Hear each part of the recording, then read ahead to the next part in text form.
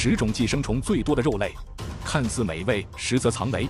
第一种，很多人最爱生吃，追求鲜嫩，崇尚野味，或者不经意的烹饪疏忽，你可能正在亲口吞下成千上万的虫卵，它们在你体内潜伏、繁殖，甚至钻进你的大脑。本期世界探索站为你独家揭秘10种寄生虫感染风险最高的肉类黑名单，看似生猛美味，实则暗藏杀机。第10名，小龙虾，麻辣、蒜蓉、13香，美味无法挡。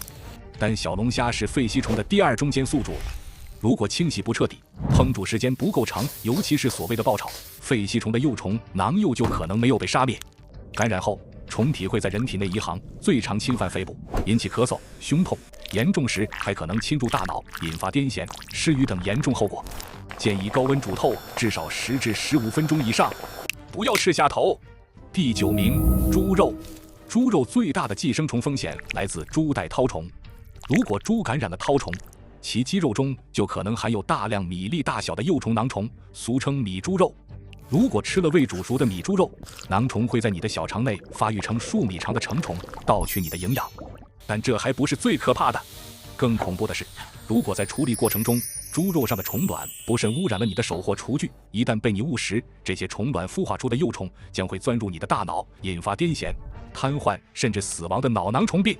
所以，购买和处理猪肉时，彻底煮熟和生熟分开，同样重要。第8名，淡水鱼。一个极具争议，但在某些地区奉为至高美味的淡水鱼生鱼片，这是在拿生命开玩笑。几乎所有的淡水鱼、虾、蟹都可能携带肝吸虫的囊幼，无论你用酱油、芥末、醋还是白酒去腌制，都绝对杀不死肝吸虫。虫卵进入人体后，会在肝胆管内安家，引发胆管炎、胆结石、肝硬化，甚至肝癌。建议绝对不要生吃任何淡水水产。所有淡水鱼必须彻底煮熟煮透。第7名，黄鳝和泥鳅，它们是恶口线虫的常见宿主。这种寄生虫的幼虫同样能在人体内漫游，侵入皮肤、内脏、眼睛甚至大脑，引发严重症状。用开水短时间烫一下或者爆炒，都很难保证将其完全杀死。建议处理黄鳝泥鳅，至少要在沸水中持续烹煮5分钟以上，确保中心温度足够高。第6名，生腌醉腌河鲜海鲜。无论是潮汕的生腌虾蟹，还是江浙的醉蟹醉虾，那种入口即化的鲜美，让无数人欲罢不能。但你必须知道，用高浓度白酒、酱油、醋、大蒜、辣椒等调料进行的短时间腌制，根本不足以杀死食材中可能潜藏的肝吸虫、肺吸虫、异尖线虫等寄生虫，也无法完全杀灭腹溶血性弧菌等致病菌。这种吃法，每一口都是在与死神掷骰子。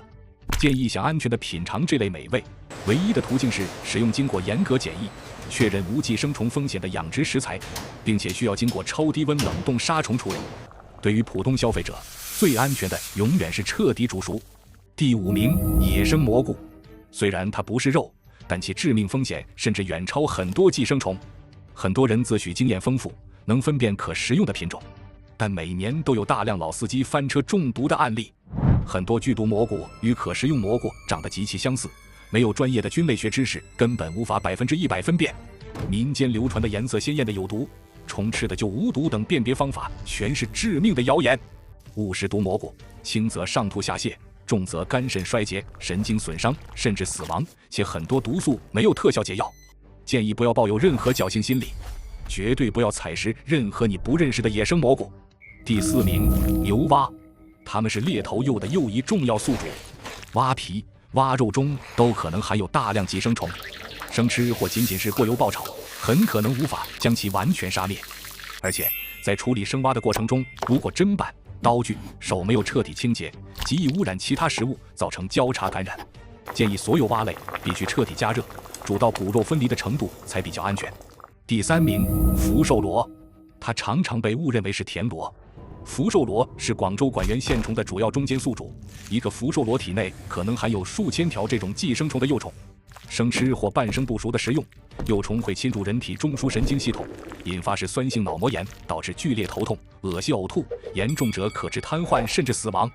建议坚决不要吃福寿螺。如果无法辨认，所有螺类都应彻底煮熟煮透。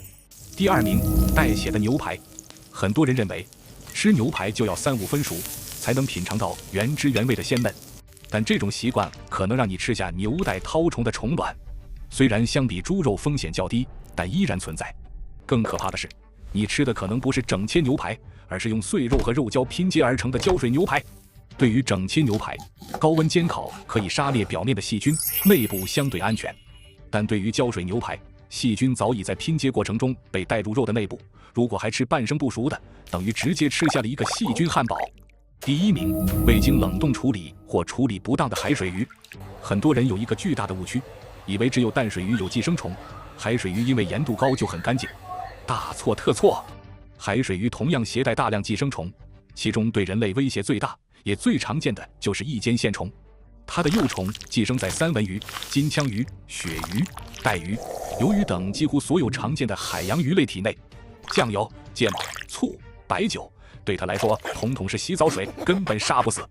当你吃下含有活虫的鱼生后，虫体会钻入你的食道、胃壁、肠壁，引发剧烈的腹痛、恶心、呕吐、腹泻，症状酷似胃溃疡或阑尾炎，极其痛苦。少数情况下还可能引发过敏性休克。虽然它在人体内无法完成生命周期，但光是这个钻洞的过程就够你受的了。那为什么日本人还能吃生鱼？关键在于处理。为了杀灭异尖线虫等寄生虫，欧盟规定，用于生食的海产品必须在零下20摄氏度以下冷冻至少24小时，或者零下35度冷冻15小时。美国 FDA 也建议零下20度冷冻7天，或零下35度冷冻15小时。正规卫生的日料店，其使用的刺身及鱼类都必须经过严格的超低温冷冻处理。在家自己用市场买来的新鲜三文鱼做刺身，风险极高。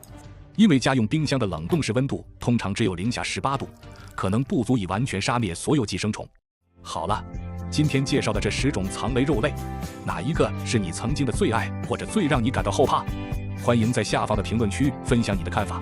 如果你觉得这期视频让你大开眼界，对你有实质性的帮助，请不要吝啬你的点赞，并分享给你身边所有爱吃美食的亲朋好友。感谢您的收看，下期也会给您带来更精彩的内容。